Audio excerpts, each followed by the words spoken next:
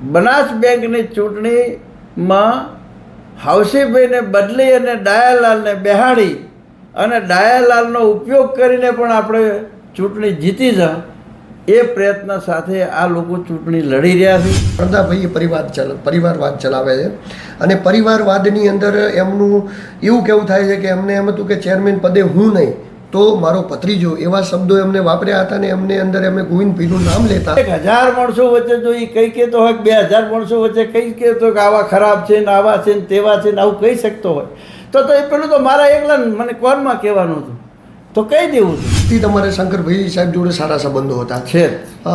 મતલબ બહુ ટાઈમથી જ્યારે એમની રાજકીય કેરિયરની શરૂઆત થઈ રાધનપુરથી લઈને ત્યારથી સતત તમે મતલબ સપોર્ટ કર્યો અને છેલ્લે ડેરીની વાતચીત હતી ત્યારે પણ એ સમય જ્યારે ડેરીની ઇલેક્શન હતું ત્યારે પણ સપોર્ટ કર્યો. તો એવું તમારા બંને વચ્ચે શું થઈ ગયું કે આમ સંબંધો થોડા કડવાશ તરફ જતા રહ્યા હોય? નમસ્કાર, રામ રામ મિત્રો. આજે આપણે આવ્યા છીએ થરા માર્કેટ યાર્ડમાં. થરા માર્કેટ યાર્ડની અંદર આપણે આવ્યા છીએ એટલે કે ચૂંટણી ચાલી રહી છે. 19 તારીખે ફોર્મ ભરાયા, ત્યારબાદ 30 તારીખે ચૂંટણી થવાની છે ને જેનું રિઝલ્ટ 1 તારીખે આવવાનું છે. પરંતુ આ ચૂંટણીનો જંગ એવો જામ્યો છે કે જે ભારતીય જનતા પાર્ટીએ જે મેન્ડેટ આપ્યું છે એના વિરુદ્ધ માર્કેટ યાર્ડના પૂર્વ ચેરમેન એટલે કે અણદાભાઈ સાહેબે એક પેનલ બનાવી જે છે જેઓ લડી રહ્યા છે. હવે એમને કેમ ભારતીય જનતા પાર્ટીની વિરુદ્ધ જવું પડ્યું, કેમ આ પગલું ભરવું પડ્યું ને કેમ એમને આ લડવા ઉપર ઉતરવું પડ્યું, જેના દરેક વિષય ઉપર આપણે ડિટેલમાં જઈશું, એમના જોડે ડિટેલમાં ચર્ચા કરીશું. તો મિત્રો, આપ વિડીયોની અંદર નવા આવેલા હો તો વિડીયોની અંદર ધ્યાનથી બનેલા રહેજો. પહેલાં તો સાહેબ આપનું હાર્દિક સ્વાગત કરું છું મારી ચેનલની અંદર. પહેલો પ્રશ્ન કે આ જે મેન્ડેટ આપવાની જે પ્રથા ભારતીય જનતા પાર્ટી લાવી એ પ્રથા સારી છે કે ખોટી છે? આમ તો ભારતીય જનતા પાર્ટીનો મેન્ડેટ લાવવાનો આશય વિચાર કરીને લાવીએ છીએ. આની પહેલાં પણ અમે ઘણી વખત ચૂંટણીઓ માટે પાર્ટી પાસે જેલા નરેન્દ્રભાઈ મોદી સાહેબ હતા ત્યારે હું એક વખત એમના જોડે જેવેલો અને મેં કીધું કે સાહેબ મારે બનાસ ડેરીની ચૂંટણી લડવી છે તો લડી શકું કે નહીં. ત્યારે એમને એવું કહેલું કે અણદાભાઈ કોઈ પણ સહકારની ચૂંટણી કોઈ પણ કાર્યકર્તા લડે એને અમારાથી થતી હશે તો મદદ કરશે. અમે કોઈને ગેરંટી આપતા નથી કે તમે લડો અને તમને સરકાર મદદ કરશે. એમાં તમારી કુને તમારા વર્તનથી તમે જીતી શકો એ બધું જ સમીકરણ તમારે બનાવવાનું અને જીતી શકો તો તમારે લડવાનું અને લાવશો જીતીને તો પાર્ટી મજબૂત થશે. એટલે આ રીતે પહેલાં નહોતું પણ હવે પાર્ટી જ્યારથી આ વિચાર સહકારની અંદર એમને મેન્ડેટ લાવવાનો આવ્યો છે ઓમ ગણો તો બરાબર નથી પણ આમ ગણો તો એક સામાન્ય કાર્યકર્તા એનામાં આવડત છે કે નથી એવો માણસ પણ કોઈ મોટી સંસ્થાનો ચેરમેન બનીને બેસી જાય એવી પોઝિશન અત્યારે હાલની થઈ છે. તો પછી પોઝિશન એવી થઈ હોય તો જો હાલ જે મેન્ડેટ આપવામાં આવ્યો અને એ મેન્ડેટ આપવામાં આવ્યો તો એ મેન્ડેટ પછી તમને કેમ તો માન્ય ના રહ્યો? એનું કારણ એવું શું કારણ બન્યું? જો તમે કહી રહ્યા છો કે સારી છે પ્રથા, વ્યવસ્થિત છે, તો મેન્ડેટ આપ્યો તો એ માન્ય કેમ ના રાખ્યો? એનું શું કારણ બન્યા એવા? આજે તમે જોતા હશો કે 1 વર્ષથી થરા માર્કેટ યાર્ડની ચૂંટણીની પ્રક્રિયાઓ ચાલુ થઈ છે. 1 વર્ષ પહેલાં આ લોકો આપણા તાલુકાના લોકો બધા જ જઈને રજૂઆત કરી અને વહીવટદારની નિમણૂક કરાવી. વહીવટદારની નિમણૂક કરાયા પછી પણ એમને ભય પેદા થયો કે ચૂંટણી આવે તો આપણે જીતી શકીએ નહીં. તો એ ભયના લીધે એમણે તપાસ કરાવવાનું ચાલુ કર્યું, આક્ષેપો કર્યા કે કરોડો રૂપિયાનું કમ્પાઉન્ડ કર્યું છે, તપાસ કરો. એ તપાસોમાં પણ કંઈ ના નીકળ્યું એટલે એમને હજી ભય બેઠો કે મારું બધું આપણે જીતી શકાય એમ તો હજી પણ નથી. તો કમિટી નિમી એટલે એમને કમિટી નિમી દીધી. એ કમિટીમાં પણ કુદરતી એમને ફાવટ ના પડ્યો તો બનાસ બેંકની ચૂંટણીમાં હાઉસીભાઈને બદલી અને ડાયાલાલને બેહાડી અને ડાયાલાલનો ઉપયોગ કરીને પણ આપણે ચૂંટણી જીતી જા એ પ્રયત્ન સાથે આ લોકો ચૂંટણી લડી રહ્યા છે. જ્યારે ચૂંટણી ડિક્લેર થઈ અને એના પછી 21મી તારીખે તમારે મોડામાં મોડી હાઈકોર્ટે કીધું કે ચૂંટણી કરી દેવી, તો આ લોકોએ 18 તારીખે 17 તારીખે કે 20મી તારીખ સુધીમાં ધીરણ 32 મંડળીઓને કર્યા, સરકારનો ઉપયોગ કર્યો, કીર્તિસિંહે એમના વગનો ઉપયોગ કર્યો અને લગભગ 13-14 મંડળીઓ તો હવાલા, જે બેંકે ધીરણ નથી કર્યું એવા હવાલા પદ્ધતિથી દાખલ કરાઈ અને લગભગ 630 વોટ જેટલા એમનો વધારો ખોટી રીતે કર્યો. ત્યારે એમને એમ પગ મોડવાનું થયું કે ભાઈ હવે વધો નથી, આપણે 30 વોટ ખોટા ઘલાયા છે એટલે આપણને હવે વધો નહીં આવે, હવે ચૂંટણી લડો. એટલે આ પરિસ્થિતિમાં આ લોકો ચૂંટણીને લડવા નીકળ્યા છે. એટલે મને તો આ તાલુકાની પ્રજા ઉપર વિશ્વાસ છે કે આટલા વર્ષો સુધી મેં ડિસ્ટ્રિક્ટ બેંકમાં ડિરેક્ટર તરીકે રહ્યો છું અને મને રાખવાવાળા પણ લોકો છે, એમને મત આપ્યા ત્યારે રહું છું. એટલે મને વિશ્વાસ છે કે આ વખતની ચૂંટણી પણ 100% તમામ જ્ઞાતિના લોકો, તમામ મંત્રીઓ હોય, ચેરમેનો હોય કે કમિટી મેમ્બરો હોય, એમના કામોને લીધે, મેં કરેલા કામોને લીધે એ મને મત આપવાના છે.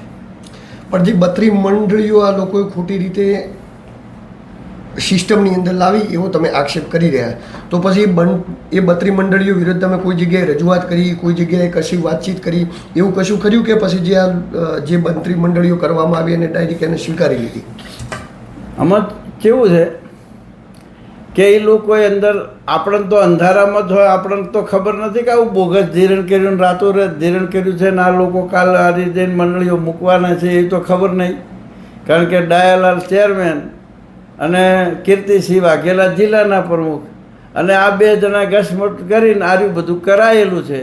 એટલે મને એવી ખાતરી નહીં કે આ છેલ્લે દાડે આરે મૂકશે, પણ છેલ્લા દિવસે એ લોકોએ 6 વાગે, જે વધા લેવાનો ટાઈમ નહોતો, 5 વાગે પૂરો થતો હતો, ના લોકોએ 6 વાગે આ મંડળીઓને લઈને જઈ અને સરકારની વગનો ઉપયોગ કર્યો હોય કે જિલ્લા પ્રમુખ છું અને આ તમારે કરવું પડ્યું છે, રાજસ્થાનને દબણ કરી અને આ મંડળીઓને એમણે દાખલ કરાવેલી છે. પણ સાહેબ, વારંવાર એ લોકો આક્ષેપ એવા પણ લગાવતા રહ્યા છે કે જ્યારે તમે ચેરમેન પદ ઉપર હતા ત્યારે ઘણા બધા આક્ષેપો એવા પણ લગાવવામાં આવે કે તમે પણ ઘણી બધી એવી મંડળીઓનું વિતરણ કર્યું, મંડળીઓ અલગ જગ્યાએ આપી દીધી, એવી આડકતરી રીતે લોકમુખે વાતો ચલાવી કે તમે બેંકના અંદર ચેરમેન રહ્યા ટાઈમે મોટા મોટા કૌભાંડ કર્યા, તો એમાં શું સત્ય હકીકત હોઈ શકે?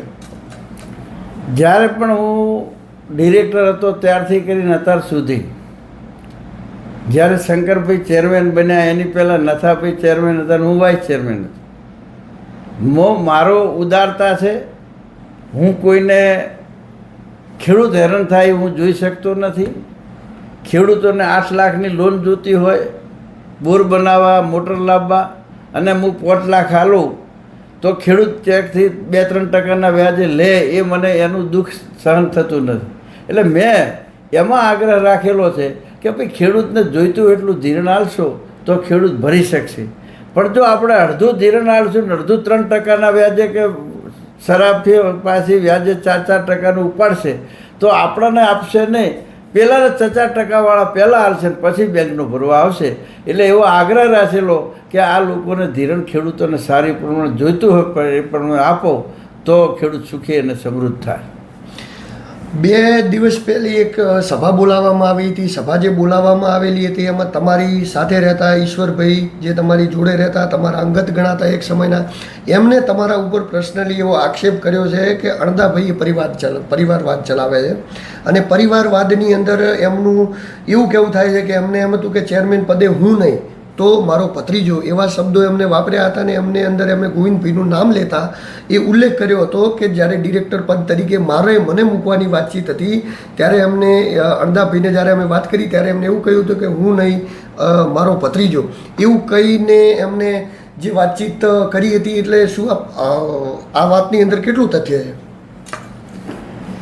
એમણે જે વાત કરી એ ખોટી વાત કરી છે કે જ્યારે હું બેંકમાં ડિરેક્ટર હતો, વાઇસ ચેરમેન હતો અને જ્યારે મારી હરિભાઈ ચૌધરી ચેરમેન બનવાના હતા માને એ વખતે એવું લાગ્યું કે હું હરિભાઈને ચેરમેન બનાવું તો મને એટલું કોઈ સારું લાગતું નથી, પણ અમારી યુવાન વયના શંકરભાઈ ચૌધરી જો ચેરમેન બને તો સારું. એના માટે કરીને મેં શંકરભાઈ ચૌધરીને ચેરમેન બનાવવા માટે કરીને એ વખતે અમિતભાઈ શાહ સાહેબની હાજરીમાં મેં રજૂઆત કરેલી કે સાહેબ અમે 2, 4, 5 જણા એવા વ્યક્તિઓ પણ છે કે અમે હરિભાઈને ચેરમેન બનાવવા માટે આજે નથી આવ્યા. અમારી ઈચ્છા છે કે શંકરભાઈ ચૌધરીને ચેરમેન બનાવો, એના માટે આવ્યા છે. તો અમિતભાઈએ કીધેલું ભાઈ વાઇસ ચેરમેન તમે છો, ચેરમેન પદ તમે માગો છો તમારા ગ્રુપને, તો બે શક્યતા નથી તમને, એટલે તમે વિચાર કરીને અણદાભાઈ વાઇસ ચેરમેન પદ તમારે જોઈતું હોય તો તમે રજૂઆત બીજી કરશો નહીં. મેં એ વખતે પણ કીધેલું સાહેબ મારું વાઇસ ચેરમેન પદ તમે તારે બીજા કોઈને આપજો, પણ શંકરભાઈ ચૌધરીને ચેરમેન બનાવજો. અને આ ફેક હકીકત છે, એ વખતના બધા ડિરેક્ટરોની હાજરીમાં વાત કરેલ છે. તો સાહેબ એક સમયે તમારો તો એના પછી હું વાત કરું કે તમારો પ્રશ્ન અધૂરો જવાબ રહ્યો કે ભાઈ ગોવિંદભાઈને ડિરેક્ટર બનાવવાનો પ્રયત્ન કરેલો. ગોવિંદભાઈને 100% ફોર્મ ભરેલું હતું, ભાઈ શ્રી ડાયાભાઈએ ફોર્મ ભરેલું હતું અને ઈશ્વરલાલે ફોર્મ ભર્યું. 3 જણા હંગાત જઈને ફોર્મ ભર્યા હતા. અને એ વખતે શંકરભાઈની પણ ઈચ્છા એવી હતી કે ઇતર મંડળીઓના જે મતો છે એ કોકરેજ તાલુકામાં વધારે છે, એટલે અણદાભાઈ તમારી અનુકૂળતા હોય એવો માણસ તમે ડિરેક્ટર બનાવજો. અને એ વખતે આ લક્ષ્મણદા અને રામજીભાઈ નોગો આ બે મારા ખાસ ડાવો અને જમણો હાથ તરીકે કામ કરતા હતા. એ બેને જણામાં ડાયાલાલે એવું કહેલું કે મારે ગુરુ લક્ષ્મણદાસ બનાવવા, અને ઈશ્વરાલે એવું કહેલું કે મારો ગુરુ રામજી નોગો. અને એ બેને જણા ના થવા દઉં રામજીનો માણસ, તો રામજી કે ના થવા દઉં હું લખાનો માણસ. તમે અણદાભાઈ કહો તો તમારો નિર્ણય ફેરવો અને તમે આ ગોવિંદભાઈને રાખો, ને કે હું તમારા ભેગો નહીં. અને જો તમે નોગો ન બનાવશો તો લક્ષ્મણદા કે હું તમારા ભેગો નહીં. રાતે 12 વાગે મેં મારા ઘેર બધાને બોલાયેલા. આ બંનેની પકડ હતી. આ બંનેની પકડને લઈને અમે પાલનપુર ગયેલા. પાલનપુર જ્યાં પછી મેં સર્કિટ હાઉસમાં બંનેના હાથ જોડ્યા કે ભાઈ તમે આ વિખવાદ મારો ટાળો, મને જે નોમ લો એ નોમનો તમે ઉમેદવાર બનાવવા દો. રામજીભાઈ તું એ ના આવે તો રાજી થઈ જાય ને, લક્ષ્મણદા તું એ ના આવે તો રાજી, કે જો તમે જો ગોવિંદને નહીં બનાવો તો અમે તમારા વિરુદ્ધમાં લક્ષ્મણદાસના શબ્દો, ઈશ્વરલાલને બનાવશો તો હું તમારા વિરુદ્ધમાં, અને નોગો આમ એક ટેબલ ઉપર બેસીને તો લક્ષ્મણદાસનો માણસ બનાવશો તો હું તમારા વિરુદ્ધમાં. એટલે અમે ગોવિંદભાઈને બનાવેલા. આજે એ નથી, પણ આ લક્ષ્મણદાસ હયાત છે, ડાયાલાલ હયાત છે. એ બંનેને તમે પૂછશો તો ઈશ્વરલાલનો જવાબ તમને મળી જશે.